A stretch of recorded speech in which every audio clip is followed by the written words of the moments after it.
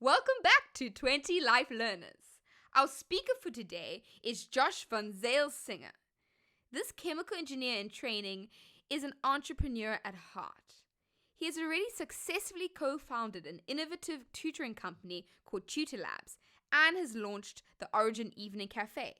However, he still has a lot more ideas he wants to pursue. So he will be taking us through the 8 life lessons that he's discovered to help every budding entrepreneur, or more accurately as he describes it, problem solver.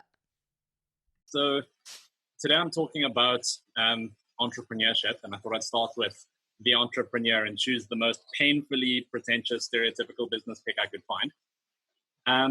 And why that is will become apparent in a moment.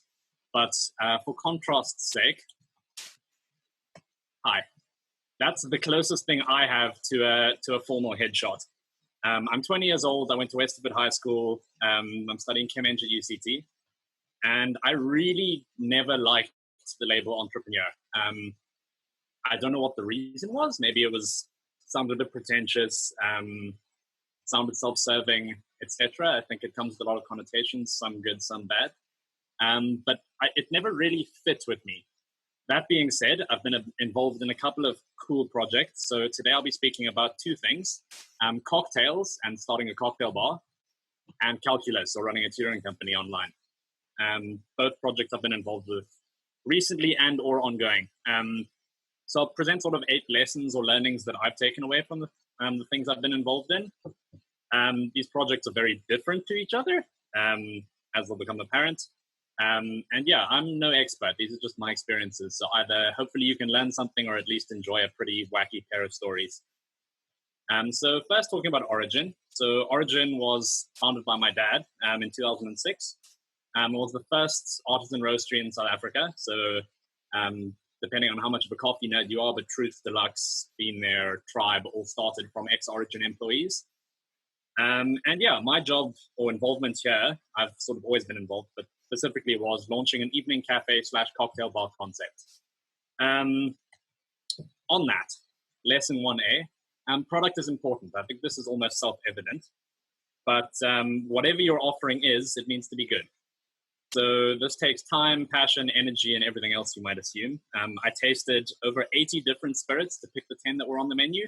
Sounds fun, is not. It all blurs together quite quickly.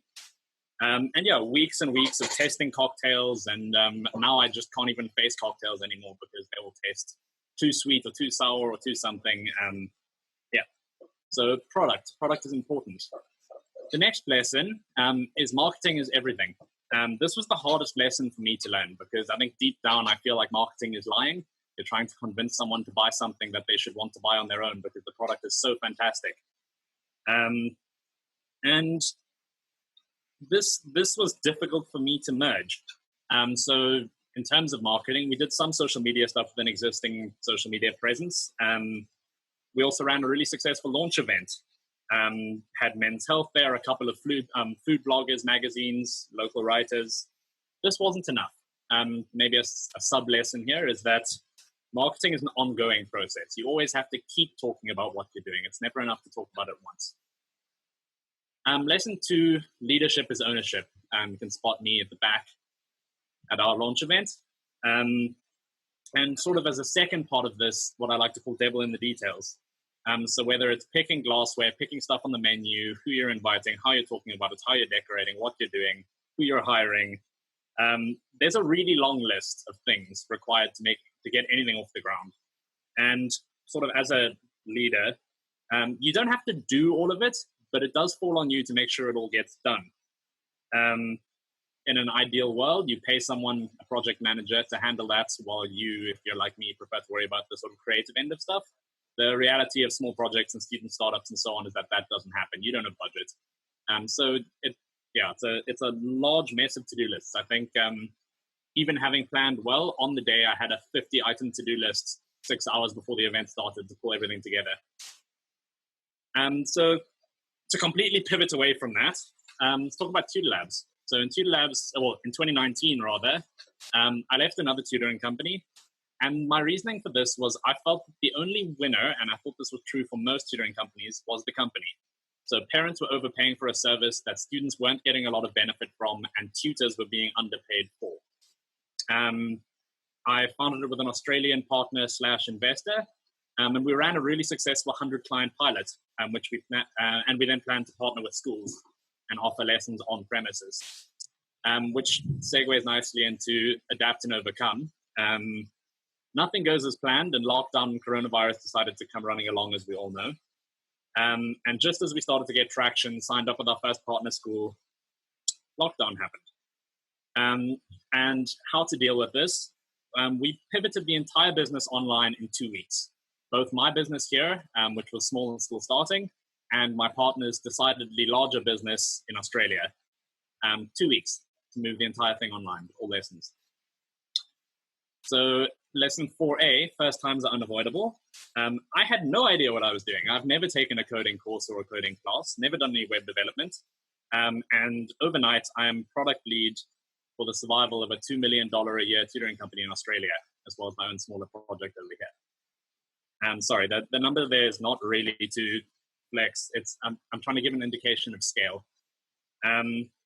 So cheesy word bubble, SSO, API, talking to dev teams in 2 different countries at the same time to try and get everything together, linked up. It was a lot, and I had to learn fast. And I think in considering this, it's also important to understand lesson 4B, which is knowing your limits. Your time has value, and often it's a lot cheaper when you quantify your time to pay someone who actually knows what they're doing to do the job better than you could have. The most obvious case of this for us was SEO on websites and so on. It's important to have an overall understanding of how all the bits of your business work, but especially in that case, leave it to the professionals that know what they're doing and have access to the user data and the search data to actually make the right calls. Moving on from that, lesson 5, solve big problems. So often it only requires a little bit more effort to solve a much bigger problem than you were bogged down in and spending all your time on. In this case, it took me the same amount of time and effort to set up all of the online systems for Australia for 200 pupils as it did to set it up for 10 pupils in South Africa. Don't get bogged down in the minutiae. I think, it's a very cheesy way to look at it, but the 80-20 rule, the Pareto principle, which is 80% of the work can usually be done in 20% of the time. So when you're working on a deadline, just don't do that last 20% if you can avoid it. Save yourself the time and effort. So I think at this point, it's pretty obvious that these are 2 extremely different business experiences, ed tech or service versus hospitality and a bar, essentially. But each having their own lessons and with some lessons common to both, and I think to all businesses. So the next couple of things I'm going to run through, I think, are important for any venture, and maybe with a bit of a more general approach. So the first thing is understanding your product. To dive in the deep end without knowing how to swim, like I did with online building websites and integrating learning tools and everything, I taught over 300 hours of tutoring myself. So I understood what I was trying to achieve, even if I wasn't sure how I was going to get there yet. In starting an evening cafe in a bar, I might not have ever run a bar before, but I definitely had spent almost 10 years growing up in and around the cafe, knew the product, knew the people that came to the cafe. I didn't just wake up and try brain surgery without any experience. I had some grounding in what I was trying to do. Lesson 7A, and this will make more sense when you see lesson 7B. Know your target market. Who do you appeal to? Who are you trying to appeal to? And this was one of the places where I critically failed in the bar launch project. I and we decided that Cocktail Bar Cape Town, you're marketing to hipsters. What we failed to realize was that Origin's existing, or failed to acknowledge, was that Origin's existing clientele is a mixture of sort of an older crowd and a Muslim crowd who don't drink. And part of our idea was to make this thing an evening cafe. So the option is to drink or not drink. You can hang out there, and it's not just a bar. But we didn't market this enough. So we failed to inform a crowd that already liked us and definitely would have supported us. Further on this, lesson 7B, who are you really selling to? Sometimes the person using the product and the person paying for the product are not the same people. This is especially evident in tutoring. I don't have a nice stat for you, but certainly the vast majority, in my experience, of lessons are purchased for and decided on by parents. So people just arrive and expect to learn. The pupil is very rarely, other than matrics, the one asking to have extra lessons or finding a tutoring company. So you have this difficult dilemma of appealing to a student, but needing to market to a parent. And lastly, and if you have one takeaway from this presentation, I think this needs to be it. The best people skill, or the best business skills, are people skills. Short and sweet. The success of any venture is dependent on getting the best out of all the stakeholders involved. So if you can't work with people and get the best out of them, not in a manipulative way, but in a collaborative way, you're going to fail, or you're at least not going to achieve what you could have. So in wrapping up, I'm incredibly lucky. I'm middle class. I've got entrepreneurship in the family. I mean, I even met my business partner in Tutor Labs in Origin. So you couldn't really get luckier than that. But I think luck really is sort of only gets you halfway there. And hard work will always be required, as my crippling caffeine addiction can attest to. And yeah, I think at the end of the day, after some lucky opportunities and making the most of them, we're currently looking at launching Tutor Labs in Australia, as well as growing the business here. And my cocktails are going to be featured in the next Men's Health edition, I believe. So I think it's all turned out relatively well. And to finish up, I think I want to redefine, again with a stereotypical photo, an entrepreneur is a problem solver in a more abstract sense. I think it's subjective to the problems of your individual experience, and success doesn't have to be profit.